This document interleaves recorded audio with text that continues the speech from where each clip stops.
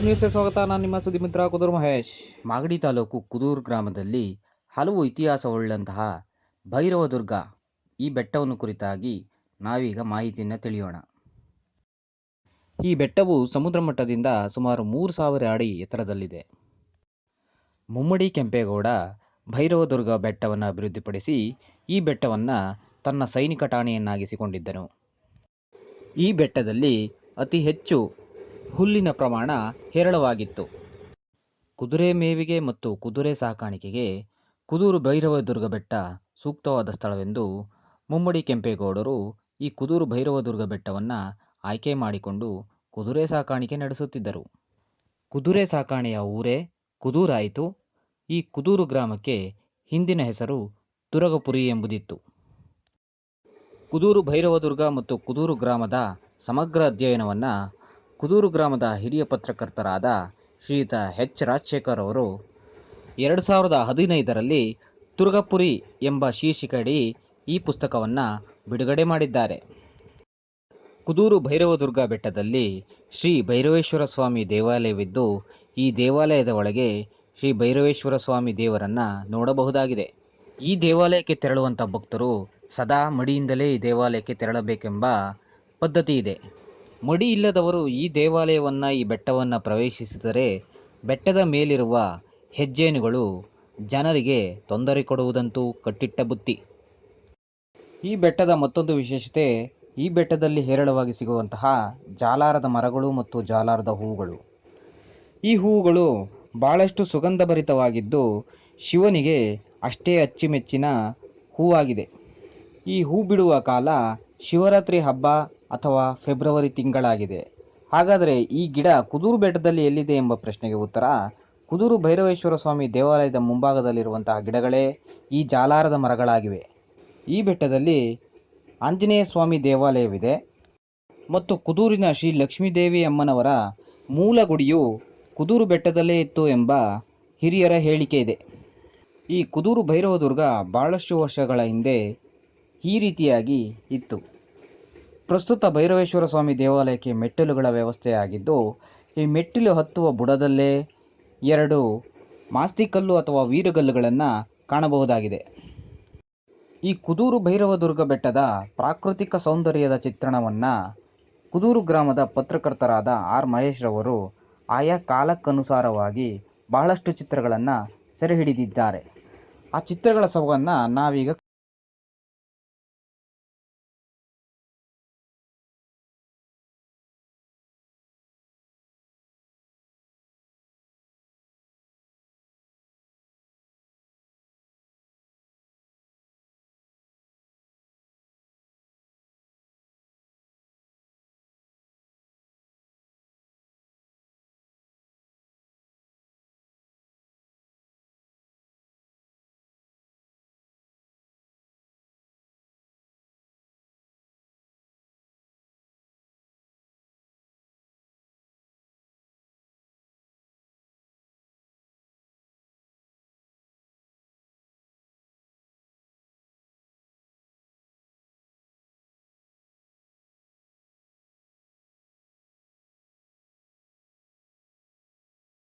ಮೇಲ್ಭಾಗದಲ್ಲಿ ಸುತ್ತಲೂ ಕೋಟೆ ಇದ್ದು, ಬೆಟ್ಟದ ತುದಿಯಲ್ಲಿ ದೇವರ ಪಾದ, ಮದ್ದಿನ ಮನೆ ಮತ್ತು ನೀರಿನ ದೊಣೆಯನ್ನು ಕಾಣಬಹುದಾಗಿದೆ. ಮಕ್ಕಳ ಭಾಗ್ಯವಿಲ್ಲದವರು ಈ ನೀರಿನ ದೊಣೆಯಲ್ಲಿ ಗಂಗಮ್ಮನನ್ನು ಮಾಡಿ ಹರಕೆ ಹೊರುತ್ತಾರೆ. ನಂತರ ಮಕ್ಕಳಾದ ಮೇಲೆ ಮಗು ಸಮೇತ ಈ ಬೆಟ್ಟದ ಮೇಲ್ಭಾಗದಲ್ಲಿ ಮತ್ತೆ ಈ ಗಂಗಮ್ಮನಿಗೆ ಪೂಜೆ ಸಲ್ಲಿಸಿ ಒಬ್ಬಟ್ಟು ಊಟಗಳನ್ನು ಮಾಡಿರುವಂತಹ ಭಾಳಷ್ಟು ಉದಾಹರಣೆಗಳಿವೆ. ಬೆಟ್ಟದ ಮೇಲ್ಭಾಗದಲ್ಲಿ ಕಲ್ಲಿನ ಕೋಟೆ ಇದ್ದು, ಕಲ್ಲಿನ ಮಂಟಪವೂ ಸಹ ಇದೆ. ಈ ಕಲ್ಲಿನ ಮಂಟಪದ ಕೆಳಭಾಗದಲ್ಲಿ ಚೌಕಾಬಾರವಾಟ ಆಡಲು ಬಳಸುತ್ತಿದ್ದ ಕಲ್ಲಿನ ಗೆರೆಗಳನ್ನು ಕಾಣಬಹುದಾಗಿದೆ. ಕುದೂರು ಭೈರವದುರ್ಗದ ಮತ್ತೊಂದು ವಿಶೇಷತೆ ಏನೆಂದರೆ, ಈ ಬೆಟ್ಟದ ಮೇಲೆ ಪ್ರತಿ ವರ್ಷ ನವೆಂಬರ್ ತಿಂಗಳಲ್ಲಿ ಹಾರಾಟವಾಗುವ 50 ಅಡಿ ಉದ್ದದ ಕನ್ನಡ ಧ್ವಜ. ಈ ಧ್ವಜವನ್ನು ಕುದೂರು ಗ್ರಾಮದ ಡಾಕ್ಟರ್ ರಾಜ್ಕುಮಾರ್ ಅಭಿಮಾನಿ ಬಳಗದ ವತಿಯಿಂದ ನಾಗೇಶ್ ರವರ ನೇತೃತ್ವದಲ್ಲಿ ಸತತ 1 ತಿಂಗಳ ಕಾಲ ಬೆಟ್ಟದ ಮೇಲೆ ಬಾವುಟವನ್ನು ಹಾರಿಸಲಾಗುತ್ತದೆ. ಈ 50 ಅಡಿ ಉದ್ದದ ಕನ್ನಡ ಧ್ವಜವನ್ನು ಕುದೂರು ಗ್ರಾಮದ ಸಿದ್ದರಾಜರವರು ಉಚಿತವಾಗಿಯೇ ಹೊಲೆದುಕೊಡುತ್ತಾ ಬಂದಿದ್ದಾರೆ. ಕುದೂರಿನ ಭೈರವದುರ್ಗ ಬೆಟ್ಟದ ಮೇಲೆ ಸುಮಾರು 15 ವರ್ಷಗಳಿಂದ ಪ್ರತಿ ನವೆಂಬರ್ ತಿಂಗಳಲ್ಲಿ 1 ತಿಂಗಳ ಕಾಲ ಕನ್ನಡ ಧ್ವಜವನ್ನು ಹಾರಿಸುತ್ತಾ ಬಂದಿದ್ದು, ಇದಕ್ಕೆ ಮುಖ್ಯ ಕಾರಣ ಇದೇ ಕುದೂರಿನ ಡಾಕ್ಟರ್ ರಾಜ್ಕುಮಾರ್ ಅಭಿಮಾನಿ ಬಳಗವಾಗಿದೆ. ಶ್ರೀ ಭೈರವೇಶ್ವರ ಸ್ವಾಮಿ ಜಾತ್ರಾ ಮಹೋತ್ಸವವು ಪ್ರತಿ ವರ್ಷ ಬೆಟ್ಟದ ಬುಡದ ತಪ್ಪಲಿನಲ್ಲಿ 2 ದಿನಗಳ ಕಾಲ ರಥೋತ್ಸವವು ವಿಜೃಂಭಣೆಯಿಂದ ನೆರವೇರುತ್ತದೆ. ಇನ್ನು ಈ ಬೆಟ್ಟದ ಮತ್ತೊಂದು ವಿಶೇಷತೆ ಕುದೂರು ಬೆಟ್ಟದ ಮಧ್ಯಭಾಗದಲ್ಲಿರುವಂತಹ ಶ್ರೀ ಕೋಟೆ ಆಂಜನೇಯ ಸ್ವಾಮಿ ದೇವಾಲಯ. ಈ ದೇವಾಲಯವು ಕುದೂರು ಭೈರವದುರ್ಗ ಬೆಟ್ಟದಲ್ಲೇ ಇದ್ದು ಅತ್ಯಂತ ಜನಪ್ರಿಯತೆ ಗಳಿಸಿದ್ದು ಮಾತ್ರ 2020ರಲ್ಲಿ ಬಂದಂತಹ ಕರೋನಾ ಲಾಕ್ಡೌನ್ನಿಂದಾಗಿ. ಕರೋನಾ ಲಾಕ್ಡೌನ್ಗೂ ಮೊದಲು ಈ ದೇವರ ವಿಗ್ರಹದ ಕೆಳಗೆ ನಿಧಿ ಕಳ್ಳರ ಕೈಚಳಕವು ನಡೆದು ಮಂಟಪವೆಲ್ಲ ಹಾಳಾಗಿತ್ತು. 2020ರಲ್ಲಿ ಬಂದಂತಹ ಕರೋನಾ ಲಾಕ್ಡೌನ್ನಿಂದಾಗಿ ಕುದೂರು ಗ್ರಾಮಸ್ಥರು ಕುದೂರು ಬೆಟ್ಟದ ಮೇಲೆ ಪ್ರತಿದಿನ ಚಾರಣಕ್ಕೆಂದು ತೆರಳುತ್ತಿದ್ದರು. ಈ ಸಂದರ್ಭದಲ್ಲಿ ಚಿತ್ರದಲ್ಲಿ ಕಾಣುತ್ತಿರುವಂತಹ ಈ ಎಲ್ಲ ತಂಡದವರು ಬೆಟ್ಟದಲ್ಲಿರುವಂತಹ ಕಲ್ಲುಗಳನ್ನು ಜೋಡಿಸಿ ದೇವಾಲಯಕ್ಕೆ ಮರುಜೀವವನ್ನು ಕೊಟ್ಟರು. ಆನಂತರ ಪ್ರತಿ ಶನಿವಾರ ಈ ದೇವರಿಗೆ ಪೂಜೆ ಅಭಿಷೇಕಗಳು ನಡೆಯಲು ಪ್ರಾರಂಭವಾಯಿತು. 2020ರಲ್ಲಿ ಕೊನೆ ಶ್ರಾವಣ ಶನಿವಾರದಂದು ಇದೇ ಜಾಗದಲ್ಲಿ ಇಡೀ ಊರಿಗೆ ಹೋಳಿಗೆ ಊಟವನ್ನು ಹಾಕಿಸಿ ಪೂಜೆಯನ್ನು ನಡೆಸಲಾಯಿತು.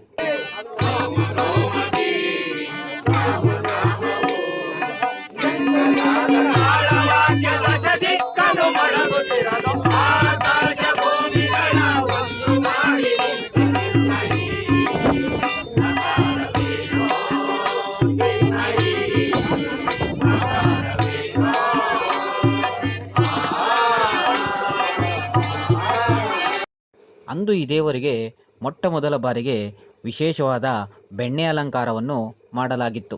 ಅಂದು ಈ ಕಾರ್ಯಕ್ರಮಕ್ಕೆ ಕುದೂರು ಗ್ರಾಮದ ಎಲ್ಲ ಅರ್ಚಕ ಬಳಗದವರು ಸಹ ಕೈ ಜೋಡಿಸಿದ್ದರು. ಇದಾದ ಬಳಿಕ ಕುದೂರು ಗ್ರಾಮದ KR ಕೃಷ್ಣ ಎಂಬುವವರು ಈ ಆಂಜನೇಯ ಸ್ವಾಮಿಗೆ ಪ್ರತಿ ಅಮಾವಾಸ್ಯೆಯಂದು ತಪ್ಪದೇ ಪೂಜೆ ಸಲ್ಲಿಸುತ್ತಾ ಬಂದಿದ್ದಾರೆ. ಇವರ ಈ ಪೂಜೆಗೆ ಕುದೂರಿನ ಗ್ರಾಮಸ್ಥರು ಇವರ ಮನೆಯ ಬಳಿಗೆ ತೆರಳಿ ಹೂ ಹಣ್ಣು ಇತ್ಯಾದಿಗಳನ್ನು ದೇವರ ಸೇವೆಗೆ ನೀಡುತ್ತಾ ಬಂದಿದ್ದಾರೆ. ಅದರಂತೆ ಇಲ್ಲಿ ಪ್ರತಿ ಅಮಾವಾಸ್ಯೆಯಂದು ಕೃಷ್ಣರವರು ದೇವರಿಗೆ ವಿಶೇಷವಾದ ಅಲಂಕಾರವನ್ನು ಮಾಡುತ್ತಾ ಬಂದಿದ್ದಾರೆ. ಇದೇ ದೇವಾಲಯದ ಕೆಳಭಾಗದಲ್ಲಿ ಗಣೇಶ ಮೂರ್ತಿಯನ್ನು ಸಹ ಕಾಣಬಹುದಾಗಿದೆ. 2020ರಲ್ಲಿ ಕುದೂರು ಆಂಜನೇಯ ಸ್ವಾಮಿ ದೇವಾಲಯವು ಎಷ್ಟು ಸುದ್ದಿಯಾಯಿತೋ ಅಷ್ಟೇ ಸುದ್ದಿಯಾಗಿದ್ದು ಕುದೂರು ಭೈರವದುರ್ಗ ಬೆಟ್ಟದ ಬುಡದಲ್ಲಿ ಹಳೇಪೇಟೆ ಎಂಬ ಜಾಗದಲ್ಲಿ ಇದ್ದಂತಹ ಕುದೂರು ಭೈರವದುರ್ಗ ಬೆಟ್ಟಕ್ಕೆ ಸೇರಿತ್ತು ಎನ್ನಲಾಗುತ್ತಿದ್ದಂತಹ ಇದೇ ಕಲ್ಯಾಣಿ.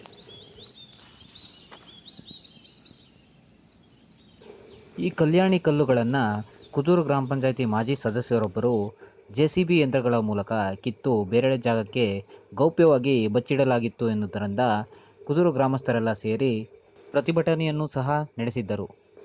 ಆ ಸಂದರ್ಭದಲ್ಲಿ ರಾಮನಗರ ಜಿಲ್ಲಾಧಿಕಾರಿಗಳು ಸೇರಿದಂತೆ ಉನ್ನತ ಮಟ್ಟದ ಅಧಿಕಾರಿಗಳು ಈ ಕಲ್ಯಾಣಿ ವೀಕ್ಷಣೆಗಾಗಿ ಆಗಮಿಸಿದ್ದರು. ಈ ಬೆಟ್ಟದ ಮತ್ತೊಂದು ವಿಶೇಷತೆ ಏನೆಂದರೆ ಈ ಬೆಟ್ಟಕ್ಕೆ ಬರುವಂತಹ ಬಹಳಷ್ಟು ಚಾರಣಿಗರ ಸಂಖ್ಯೆ ಇದೀಗ ಹೆಚ್ಚಳವಾಗಿದೆ. ಕುದೂರು ಭೈರವದುರ್ಗ ಬೆಟ್ಟಕ್ಕೆ ಬೆಂಗಳೂರು ಸೇರಿದಂತೆ ವಿವಿಧೆಡೆಯಿಂದ ಚಾರಣಿಗರು ಸಹ ಪ್ರತಿ ಭಾನುವಾರ ಈ ಬೆಟ್ಟಕ್ಕೆ ಚಾರಣಕ್ಕೆಂದು ಬಂದು ಮನಸೋತಿದ್ದಾರೆ. ಈ ಕುದೂರು ಭೈರವದುರ್ಗ ಬೆಟ್ಟದ ಪ್ರಾಕೃತಿಕ ಸೌಂದರ್ಯವನ್ನು ಡ್ರೋನ್ ಕ್ಯಾಮೆರಾ ಮೂಲಕ ಸೆರೆಯಾದ ದೃಶ್ಯಾವಳಿಗಳ